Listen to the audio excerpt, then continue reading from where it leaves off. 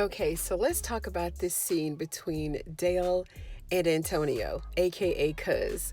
It was already funny as soon as they entered the pharmacy. He was throwing Dale around like he was a little rag doll. He threw Dale around like 2 or 3 times, and this is a very short scene, so he just kept throwing Dale around like a rag doll. And I don't know, it was just so funny to me. I gotta share it with you guys. So here we go. So Dale is frantically trying to explain to Cuz that he's just an employee, a peon, a low-level staff member.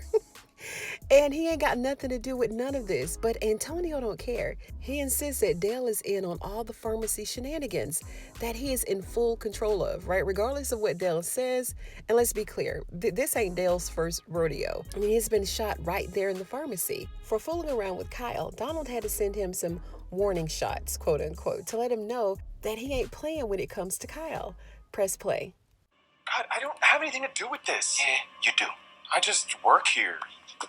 And you're gonna tell me everything. What's everything? Look, I knew it was a Secret Service dude who took it. Okay, well, you know more than me then.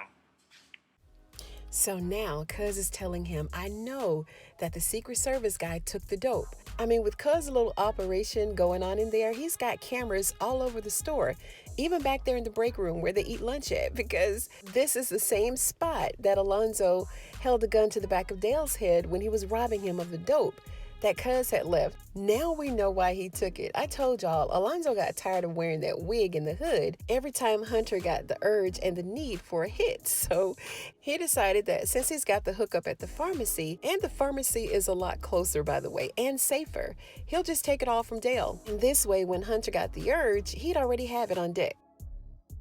Who else bought it? What do you mean? I don't know what that means. It's people that come here every day. Who else bought it? I don't know. Well, look up the damn names. Okay. So now Cuz got to do a little investigating to see who else bought the drugs laced with the fentanyl. And Dale swear he don't know who all bought it. And maybe he didn't, but Antonio ain't that stupid. He knows that there's a log, either digitally or on a spreadsheet somewhere with all the names on there of all the people that came through that day. Poor Dale. He just cannot catch a break. So Cuz made him read off all the names. Press play. You see the names? Yeah. All right. Read them to me. Valerie Mills. Shit! What? So he's reading off all the names, and Valerie Mills is where he started. And Cuz immediately went into panic mode. And did y'all catch the dramatic music right after he cussed? This is a dramatic drop on audio that should have been played when Nancy told Richard that she had sex with his dad multiple times. So Cuz has gone into panic mode, and he's anticipating the worst because it turned out that all of the names that were on that list were people in the city who all died of an overdose all at the same time. Just go on. Dallas Nightingale. Damn it! What? Yo, don't say nothing else to me. Okay. Cuz over there cussing and fussing, and Dale is still clueless.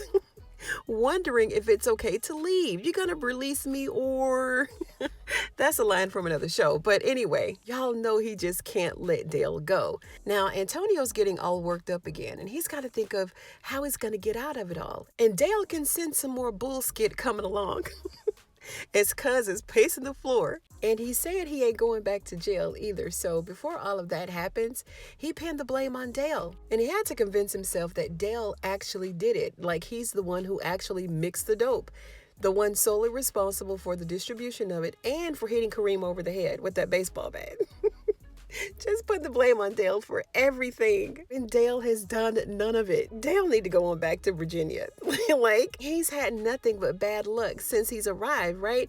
He's been shot, held at gunpoint multiple times, flipped over in the car with Richard and Sharon, been in a lover's triangle, you name it, Dale's been through it. And he still doesn't know that both his mom and his dad were killed by Lacey from Ruthless. Man, this guy's gonna need some of what Nancy's got, right? Press play. What? The people on that list? They all overdosed. So this is bad. Somebody got to take the rap for this, and I'm not going to jail. So before you know it, Cuz got the plan, right? He's got it all figured out. He's going to take a photo of Dale so that the hitman or whoever else is on the other end of that iPhone will have a clear picture of what Dale looks like so that he'll be sure that they get the right guy. And yeah, Dale is still clueless, asking him what he's doing. And Cuz just keeps waving the gun around, keeping Dale in line while he rats him out. Until Dale just finally gave in. He just said, okay, like, yeah, I'll let you blame me. Go ahead. Might as well. Cuz told him, look, they coming for you, man, and I'm sorry. Okay, what was that? Hey, shut up. Who were you calling? Yeah. Yeah, that's him. Yeah, he's the one that mixed it. What? What are you saying? Okay. Uh-huh. Yeah, and he hit Kareem in the head with a bat. All right, he shuffled Dale around yet again like that old dish rag under the kitchen sink. Just tossing him around. And then he left. So yeah, they're going to come for Dale sooner than later. Now, Dale better go and hide out.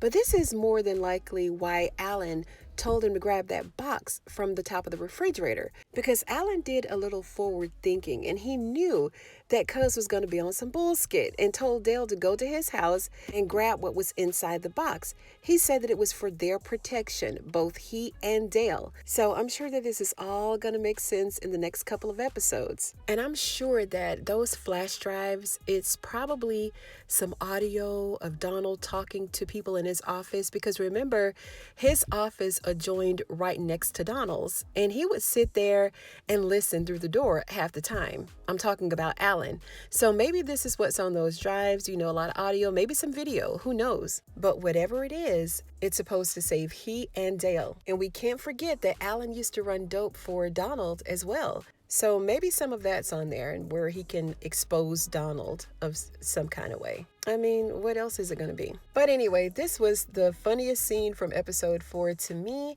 And I just had to share my reaction with you guys because I laughed through the entire scene.